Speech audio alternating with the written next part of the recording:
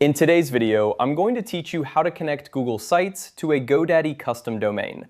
This is an essential step if you want to give your Google site a professional touch by using your own domain name. So let's dive right in and break down the process step by step.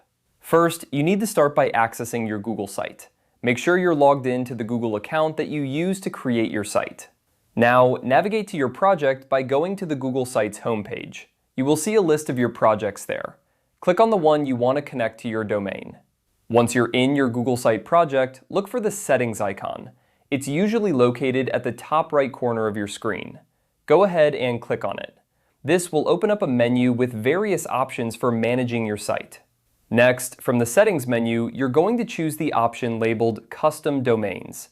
This is where you'll configure your Google site to work with your GoDaddy domain. Click on Custom Domains and it will guide you to the next step, where you'll see an option to connect a domain. Now, click on Connect Domain. This is the part where you'll actually start linking your Google site with your GoDaddy domain. You will be prompted to enter your domain name, so open a new tab and log into your GoDaddy account. Once logged in, navigate to My Products and you'll see a list of all your domains. Copy the domain name that you want to use for your Google site.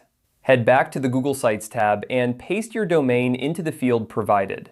After pasting your domain, Google will walk you through the process of verifying that you own the domain. This typically involves adding a TXT record to your domain's DNS settings in GoDaddy. To do this, go back to your GoDaddy tab and click on DNS next to your domain name. Here, you'll find an option to add records. Choose to add a TXT record and follow the instructions provided by Google to input the necessary values. This step is crucial as it verifies your ownership of the domain.